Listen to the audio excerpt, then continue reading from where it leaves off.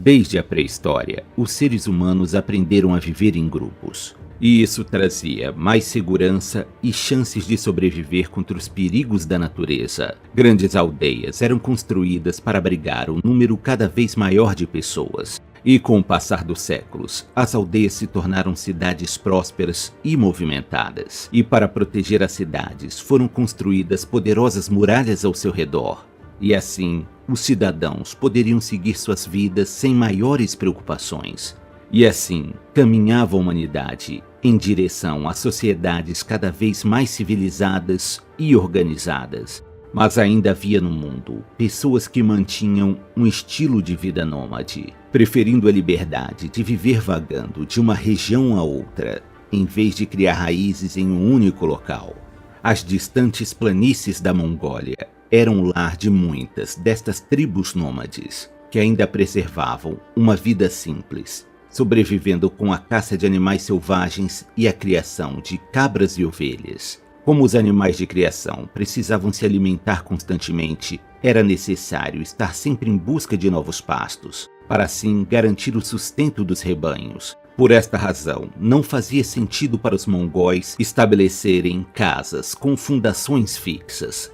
A solução foi criar acampamentos capazes de serem desmontados e transportados em carroças de madeira, permitindo a toda uma tribo viajar junto com o rebanho para locais mais férteis. Apesar de acostumados, a vida não era fácil nestas condições. Uma família precisava dividir um espaço apertado dentro de cabanas chamadas yurtes, que são construídas em uma estrutura de madeira e cobertas por uma tenda feita de feltro ou lã. Algumas tribos maiores chegavam a ocupar grandes porções de terras com suas cabanas, criando um cenário onde elas se espalhavam amplamente em meio a morros e colinas. As tribos eram comandadas por chefes tribais, conhecidos como cãs, que eram responsáveis por decidir sobre assuntos políticos e militares. Para auxiliar a percorrer longas distâncias em suas viagens, as tribos nômades se especializaram na domesticação de cavalos selvagens.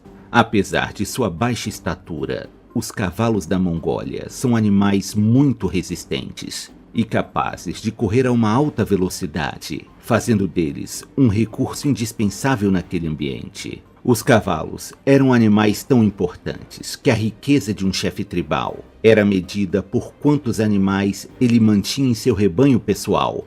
As planícies da Mongólia são assoladas por ventos fortes e os dias são quase sempre frios. Mas com a chegada do inverno, as condições de vida se tornavam realmente difíceis. Outro perigo que habitava as planícies da Mongólia eram os grupos de ladrões e renegados, que frequentemente atacavam os rebanhos para roubar seus animais, chegando a invadir acampamentos menores em busca de objetos de valor ou para sequestrar mulheres. A constante necessidade de terras para os rebanhos trazia rivalidades entre as tribos da Mongólia, que por muitas vezes resolviam suas diferenças em combates brutais. Outros povos nômades, como os tártaros, também faziam incursões violentas contra os acampamentos mongóis. A vida de um mongol era repleta de desafios e incertezas. No início, para os poderosos reinos chineses, os mongóis não passavam de selvagens inconvenientes,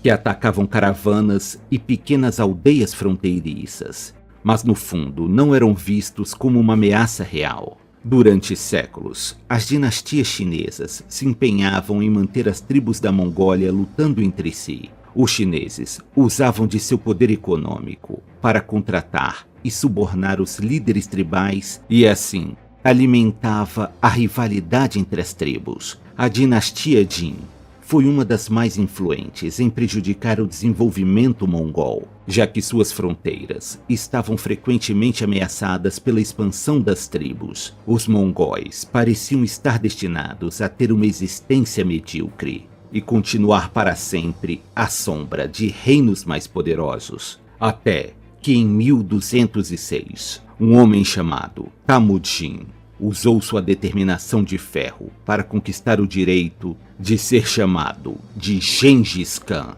que pode ser traduzido como o Grande Khan. Gengis Khan deu início a uma campanha de unificação das tribos, e aqueles que se recusavam a se unir a ele eram submetidos ao fio da espada. Reunindo um grande número de guerreiros, Gengis Khan marchou em direção às orgulhosas cidades chinesas. Naquela época, a China não constituía um reino unificado, sendo dividida em 3 grandes dinastias. A dinastia Tangut controlava a porção norte do território chinês. A dinastia Jin estava localizada no nordeste, ao passo que a dinastia Sung dominava a parte sul da China. Os Tanguts foram os primeiros alvos dos mongóis, já que seu território estava mais próximo da Mongólia, e nem todas as suas cidades contavam com muralhas. No início, os mongóis não possuíam armas de cerco e nem conheciam a tecnologia necessária para construí-las, o que fazia das cidades muradas alvos extremamente difíceis de serem atacados. No entanto, os mongóis tinham uma vantagem à sua disposição: o tempo. Eles cercavam as cidades e montavam seus acampamentos tradicionais, da mesma forma como já faziam há muitas gerações. Os cidadãos chineses ficavam impossibilitados de sair das cidades para cuidar de suas plantações ou para conseguir qualquer outra fonte de alimento, ao passo que os mongóis tinham à sua disposição seus rebanhos para garantir seu sustento. Enviar soldados para combater os mongóis em campo aberto, em regra, era um esforço infrutífero. Por séculos, os mongóis viveram cavalgando e caçando nas planícies da Mongólia, e tais habilidades faziam deles exímios cavaleiros e arqueiros. Os mongóis usavam um tipo de arco que era reforçado com chifres e tendões de animais em sua confecção. Isso permitia que o arco disparasse flechas a uma distância muito mais longa e com uma potência e precisão espantosa. O tamanho compacto dos arcos também permitia um manejo ágil, mesmo durante a galopes em alta velocidade. Em combate, os mongóis sempre buscavam se manter a uma certa distância, castigando os inimigos com uma chuva de flechas mortais. Os mongóis valorizavam muito a astúcia militar e eram especialistas em emboscadas. Uma das estratégias mais usadas pelos guerreiros mongóis era fingir estar batendo em retirada quando eram atacados por uma infantaria numerosa ou cavalaria pesada. Quando as tropas inimigas começavam a demonstrar cansaço durante a perseguição, eram surpreendidas por manobras rápidas que os mongóis eram capazes de fazer e sofriam contra-ataques poderosos. Os mongóis eram capazes de controlar seus cavalos usando apenas os joelhos, deixando ambas as mãos livres para o manejo das armas. Essa estratégia permitiu aos mongóis derrotarem exércitos mais numerosos e bem equipados. Mas mesmo que fosse necessário travar um combate mais próximo, os guerreiros mongóis lutariam com grande ferocidade e determinação. Os arqueiros mongóis eram chamados de Mangudai e eram treinados desde a infância para lutar. Esses homens passavam tanto tempo montados em seus cavalos que muitos desenvolviam problemas nas articulações das pernas. Em regra, os mongóis não se importavam em passar semanas ou meses sitiando uma cidade à espera da rendição pela fome. No entanto, esta espera quase sempre irritava o poderoso Gengis Khan, e por isso ele passou a devastar completamente as cidades que não aceitassem se submeter ao seu exército. E os mongóis pareciam não demonstrar misericórdia para com seus inimigos. Fazer prisioneiros era algo que não fazia sentido para os mongóis, já que eles não possuíam prisões, e ter que alimentar um grande número de prisioneiros seria um problema desnecessário.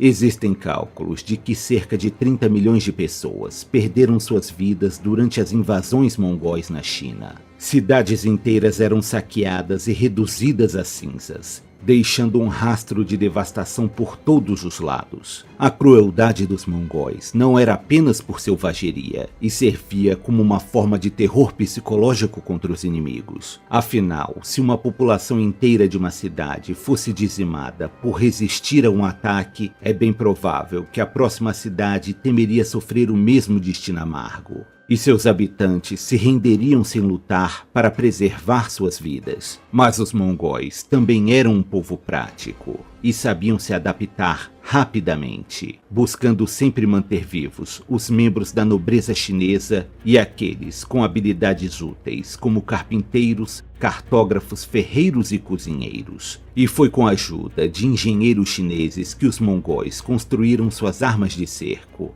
e dominaram tal tecnologia, o que tornou mais rápido o processo de conquista das cidades. Até mesmo a grandiosa cidade de Pequim, com uma muralha de 12 metros de altura, não foi capaz de resistir contra o cerco dos mongóis. O sucesso das conquistas de Gengis Khan trouxe ainda mais guerreiros para se unirem ao seu exército.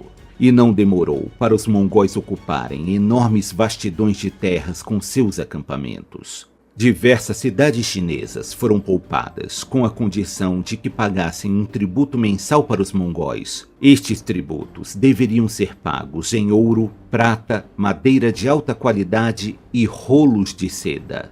Logo, os mongóis passariam a adotar e adaptar novos costumes e tecnologias, como a fabricação de armas e armaduras de boa qualidade, roupas de seda e joias. Até mesmo os cavalos usados pelos guerreiros de elite mongóis passaram a ser equipados com couraças feitas de pequenas placas de ferro. Por volta do ano 1215, os mongóis já controlavam os territórios que antes pertenciam às dinastias Tangut e Jin, restando apenas a dinastia Sung, que graças ao seu exército incrivelmente numeroso conseguia defender suas fronteiras contra os mongóis. Sob o comando de Gengis Khan, os mongóis acumularam riquezas e territórios férteis, dando início àquele que seria um dos maiores impérios da história.